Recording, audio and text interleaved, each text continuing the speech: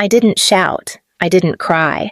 I just stood there in the doorway holding a paper bag of groceries that I had paid for again and listened as my mother told me I was ungrateful. Her name is Nancy Monroe. She has this way of speaking that's sharp even when she's calm, but that day, she wasn't calm. "You're ungrateful," she said, her voice rising over the quiet hum of the refrigerator. "Get out, and don't bother coming back." My father, Daniel Monroe, stood a few steps behind her, leaning against the kitchen counter. He didn't say a word, didn't look at me, just kept rubbing the bridge of his nose like the conversation was giving him a headache. And Eli, my younger brother by 3 years, didn't even glance up from the couch. He was still in sweatpants at 3 p.m., phone in hand, acting like none of this had anything to do with him. It was a Sunday. I had come straight from work. The grocery bag was heavy with staples, bread, eggs, milk things they always forgot to buy. I brought them every week quietly like a routine no one noticed, but everyone expected. I looked around the living room one last time. The same carpet I had vacuumed since I was a teenager. The same dent on the wall from when Eli broke the frame and blamed the wind. And I remember thinking, is this what it takes to finally not be needed anymore? So I left. No one stopped me. Not even my father. Not even the boy I once called my little brother.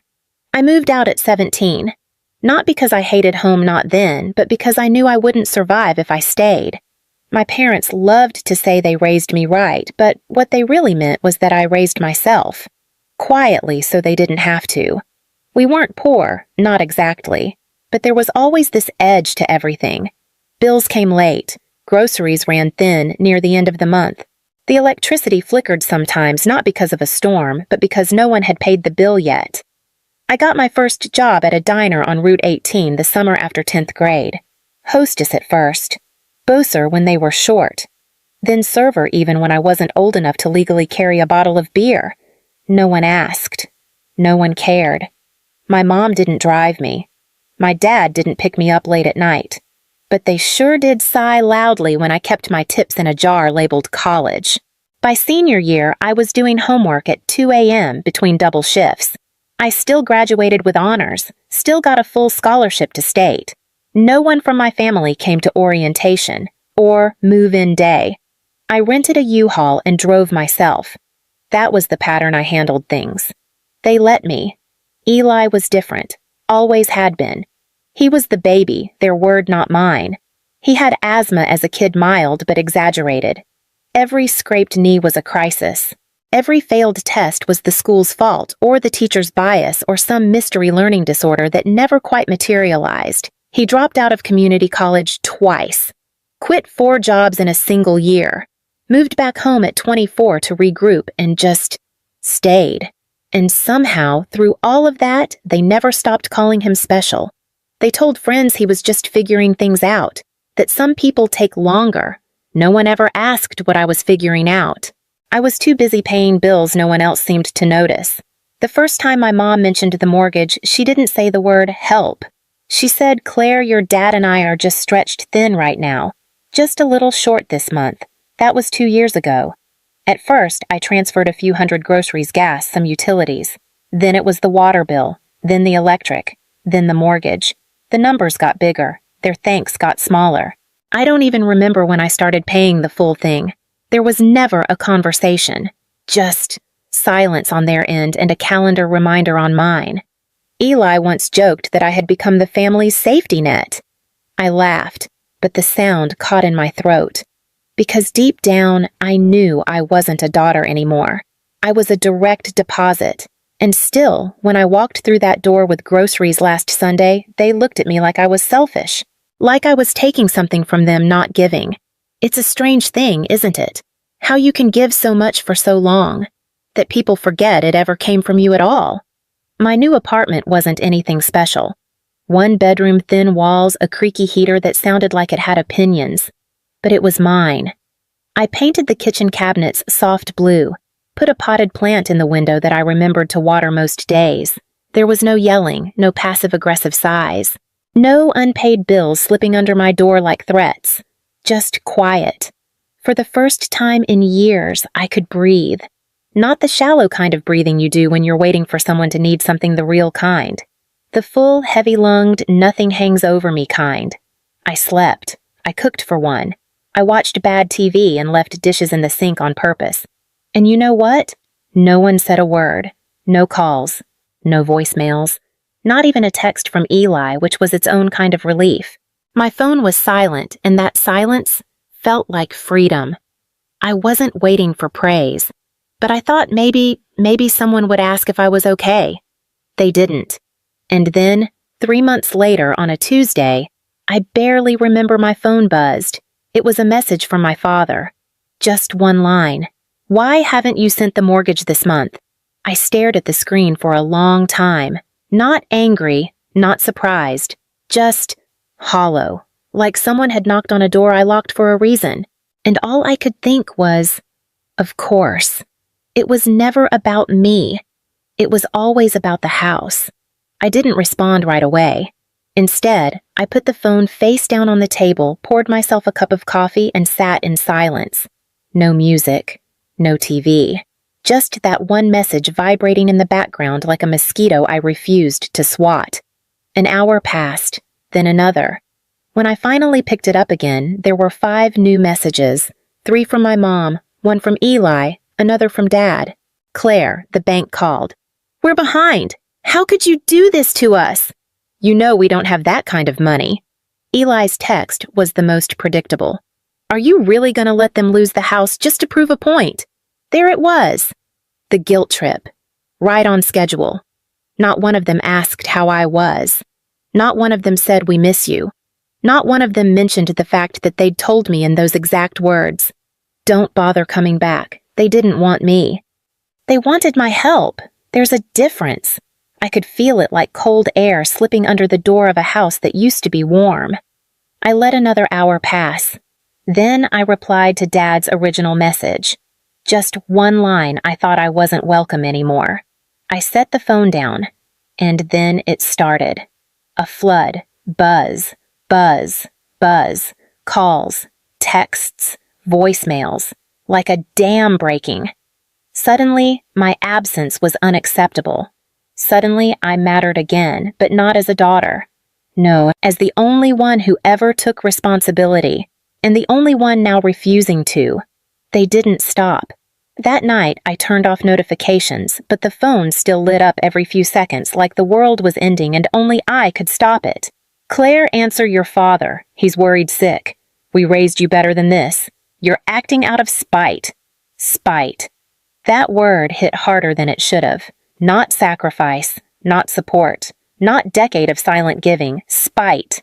As if I'd withheld something they were entitled to. At midnight, Eli called. I let it ring out. Then came the voicemail, "Claire, come on. This is serious. They're freaking out. The bank's getting involved. You need to fix this. Fix this." Like I'd broken something. Like I was the one who let it all fall apart, not the one who'd held it together for years without complaint. I listened to his message twice, then deleted it. The next morning, another text from Mom. "This is tearing the family apart." And from Dad, "What kind of daughter does this to her parents?" That one made me laugh. A dry, empty laugh that echoed through my quiet kitchen. Because I could answer that question. The kind of daughter who paid your mortgage while you told your friends Eli was looking for work. The kind who skipped her own dentist appointments to keep the water running in a house she didn't live in. The kind you kicked out the moment she said no. But I didn't text any of that. Instead, I waited until the sun had fully come up, until the coffee had cooled, until the noise in my phone began to sound less like family and more like static. Then I replied, carefully, clearly, "Not my problem anymore." And this time, I didn't flinch when the calls came, because I finally understood I wasn't being cruel. I was just done. For a while, I told myself the silence was better. That not knowing was easier than confirming what I already suspected. But even silence has weight. It presses on your chest in quiet moments and whispers things you try to ignore. And eventually, that whisper becomes a question you can't unhear. Where did the money go? I had been sending money every month. On time. Without fail. For groceries. For bills. For the mortgage. They never said thank you. But they never said stop either, and I never asked for proof. Maybe that was my mistake. So one morning I did what I should have done months earlier. I called the bank. Not to confront, just to ask. A woman answered, calm, professional, with a Midwestern kindness in her voice. She asked for the mortgage account number, some security info, then put me on a brief hold. When she came back, her tone had shifted slightly. It looks like the account was delinked from your payments about 7 months ago. I blinked. Sorry, delinked, yes ma'am. The automatic payments from your account were removed. We haven't received anything from that source since. I thanked her. Asked, almost afraid to know if the payments had been made in some other way. Another pause. Then, there have been some partial payments. But the account is flagged. It's currently in pre-foreclosure status. I don't remember much after hanging up. I know I stood in the middle of my kitchen for a long time, phone in hand, heart strangely quiet. Not racing, just heavy. The kind of quiet that comes after betrayal. Not loud, just final. I opened my banking app and scrolled. Transfer after transfer, month after month. Thousands of dollars. All labeled home or utilities or family support. But if the mortgage hadn't been paid, what had they done with it? Where had it gone? I thought back to the new recliner in the living room, the smart TV that showed up on sale, the groceries that suddenly seemed better stocked when I visited. I hadn't asked. I hadn't questioned. I had just given, and they had taken. I don't think it was malice. Not at first, but at some point they stopped seeing it as help and started seeing it as something they deserved. I didn't call them because I was angry. I called them because I was done guessing. And when you've given people years of silence, what you get in return isn't always truth, but it's often clarity. I started with Eli. He picked up fast, like he'd been sitting there waiting for me to cave. His voice came rushed, already defensive, already emotional. He said Mom had barely slept, that Dad had gone quiet, that the bank had called again. He made it sound like I'd lit a match and walked away from the family home without a backward glance. But none of his words landed. Not really. Because somewhere under all that panic was a tone I knew well, guilt dressed up as urgency. I waited.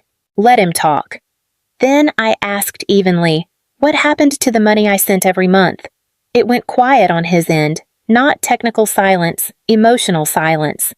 The kind where someone scrambles for a version of the truth that doesn't make them look worse than they already feel. He said they'd used it for groceries, repairs, things that came up. He said it like I was being unreasonable for asking, but I'd lived there. I knew the size of that mortgage, and I knew what 7 months of unpaid bills looked like, so I asked again, not louder but sharper. You knew they weren't paying the mortgage, didn't you?